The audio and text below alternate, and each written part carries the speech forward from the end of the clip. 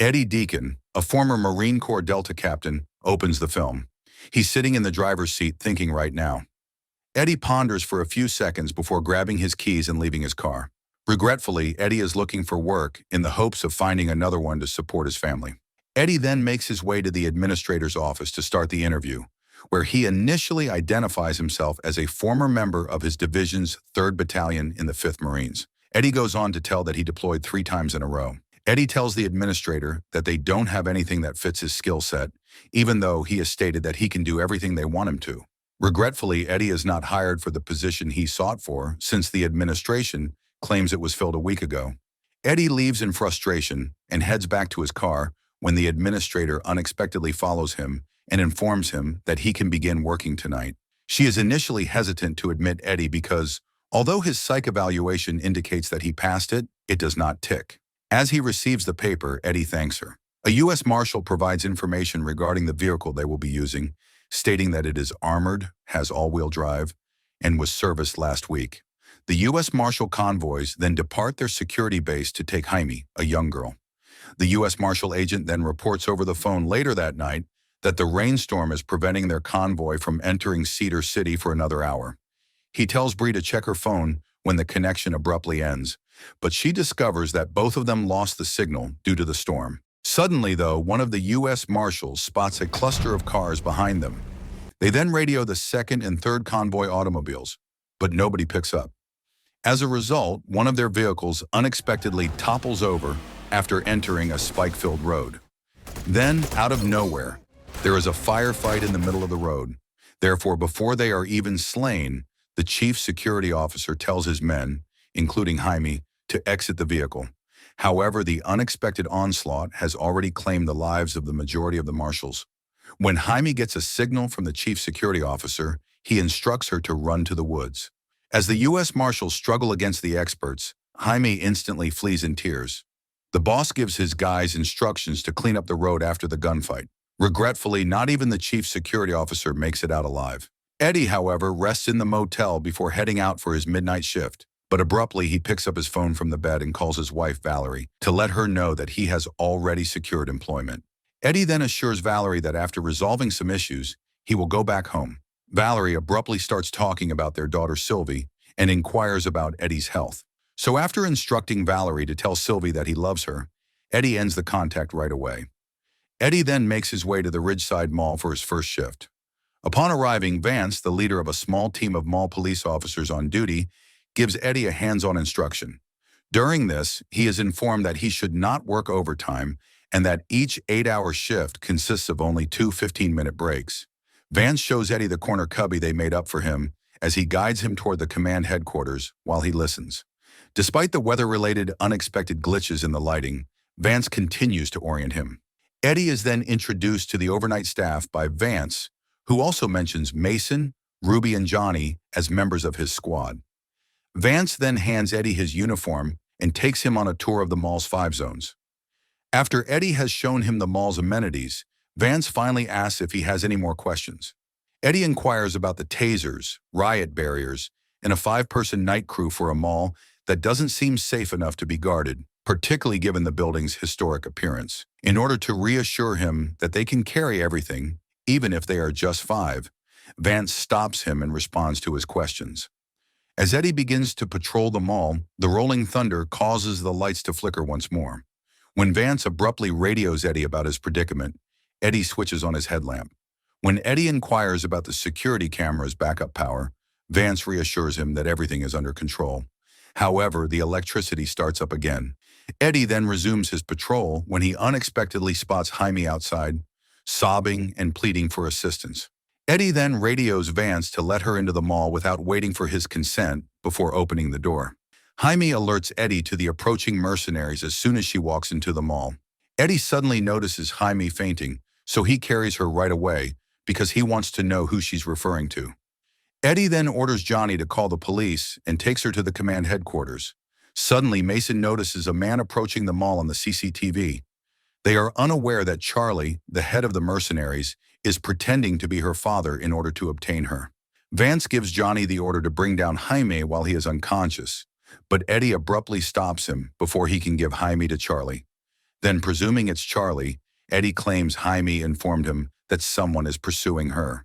Eddie begins questioning Charlie about why Haimey is going out in the middle of the night, but Vance doesn't believe him and tries to unlock the door. Haimey finally awakens and cries in a panic to escape him. Vance orders Johnny to grab Haimey and promptly shuts the door again, refusing to let Charlie get her. Regretfully, the ploy later fails to extract Haimey from the crew. In order to give them money in return for handing Haimey over to them, Farrell brings a money box. Charlie tries to persuade Vance to take the $1.25 million in unmarked and untraceable U.S. money that is included with the cash. He tries to allow Charlie in, but Eddie stops him. Charlie threatens Vance by giving him a choice between giving them Haimey in return for money and becoming wealthy, or having them all die terribly and no one get wealthy. Eddie tells Vance to move aside right away. Charlie, however, is too anxious to get Haimey, so once Vance backs off, he punishes him by claiming to know that there are only 5 police officers in the mall, each of whom is carrying zip ties and tasers. In case they haven't noticed, they don't have outside lines or phone signal. Therefore, it would be difficult for them to keep Haimey alive because they can't keep the mercenaries out either. After agreeing, Vance tries to let Charlie in, but Eddie abruptly stops him by banging his head against the door. Charlie leaves to get ready to storm the shopping center. Charlie then gives his men the command to search and take up positions away from the roadways. On all radios on the secure band, Charlie technically creates a perimeter over the parking lot. Conversely, Eddie locates Haimey within the shopping center and persuades her to put her trust in him. Eddie then begins discussing his daughter, who is her age. But then Haimey shows up with a gun at Eddie's back and tells him to get her some food and dry clothes. So when Haimey lets Eddie turn around, he takes the gun from her right away. Haimey then asserts that Eddie must always keep her safe in order for her to trust him. Fortunately, Eddie takes care of Haimey, and they inform others of Haimey's situation at command headquarters. Mason is shocked to learn that Haimey is a witness in the 666 gang case. Mason goes on to claim that prior to having the wonderful notion to assist the federal government in constructing a case against them, Haimey's father was the money man for a cartel. As a result, Haimey saw everything that happened to his father, who was killed. Haimey is expected to testify against her father's killers, but all of a sudden, they witness the mercenaries dispersing across the parking lot via the CCTV. To keep Haimey safe, Eddie and Vance take her to a storage room. While she waits, Eddie provides her with a radio to stay in contact with them, a lantern, and water to stay hydrated. Eddie hands Haimey a key before he leaves, telling her to seal the storage room and never enter it. Eddie and the guards then use the CCTV to see the mercenaries disable their vehicles. Mason, terrified, tries to flee to protect himself, but Eddie stops him, claiming that since Charlie is a skilled and expensive contractor, his fear will be his downfall.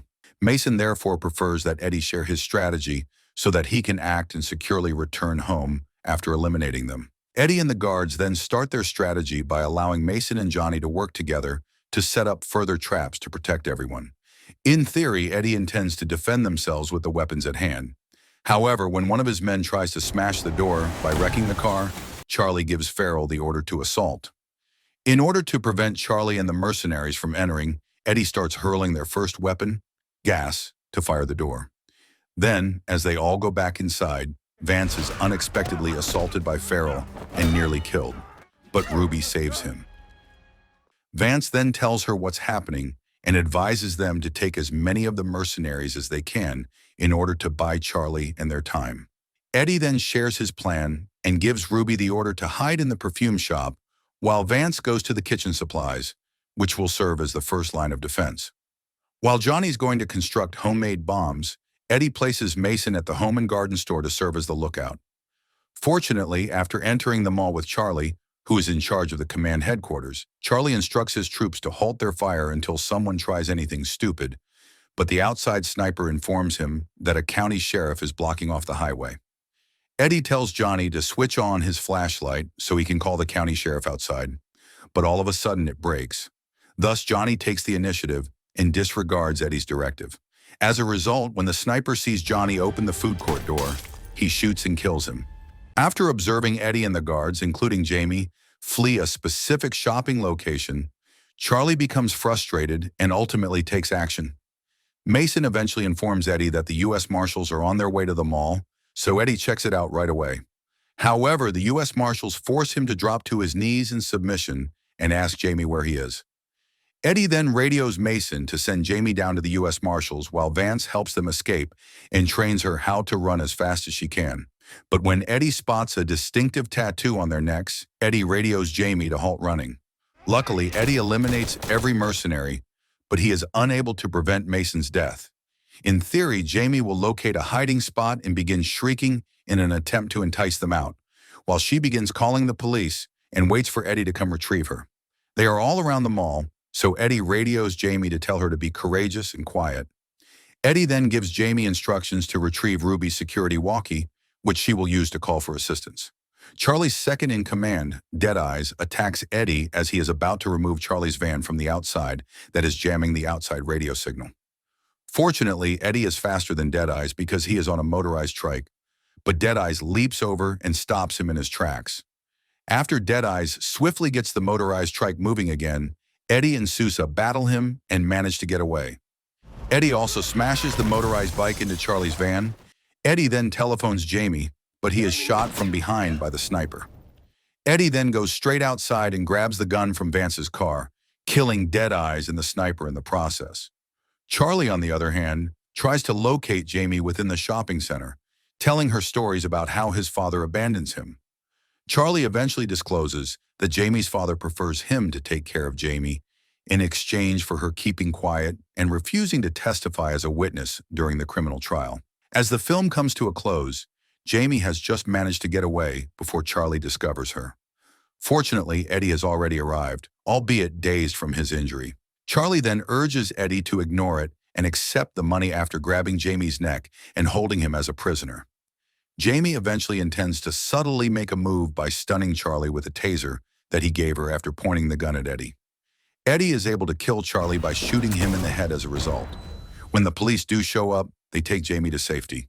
However, she gives Eddie a sudden embrace before Haimey joins them. Luckily, Eddie survives his injuries and witnesses Vance escorting him into an ambulance. The next day, Haimey pays Eddie a visit at the hospital to express gratitude and to tell him that his daughter is fortunate to have him as a parent. Fortunately, Eddie is reunited with his wife and kid, and Haimey eventually makes it back home with her uncle.